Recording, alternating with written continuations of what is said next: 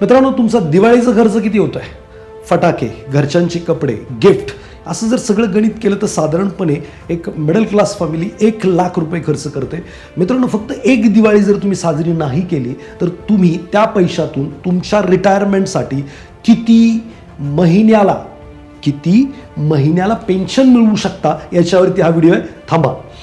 1,00,000 रुपये 12% ग्रो झाले तर पुढच्या 30 वर्षांनंतर तुमच्याकडे पैसे असतील टेंटेटिव्हली 3 आणि 2 5 30 लाख रुपये, 30 लाख रुपीज, आणि तुम्हाला 15,000 रुपये महिना त्याच्यानंतर पुढं कायमस्वरूपी मिळेल. मी असं म्हणेल की दिवाळी करायची नाही असं नाही. 1,00,000 रुपयाच्या ऐवजी 50,000 रुपये करा खर्च आणि 50,000 रुपये गुंतवा. गुंतवणुकीसाठी कायदेशीर आणि फायदेशीर म्युच्युअल फंड आहे. तर खाली दिलेल्या नंबरवरती बायोमधल्या फॉर्ममध्ये फिल करा तुमचं नाव, नंबर सगळं. माझी टीम संपर्क करली किंवा तुम्ही संपर्क करा आणि आपल्या उज्ज्वल भविष्याची सुरक्षित रिटायरमेंटची तयारी करा. धन्यवाद.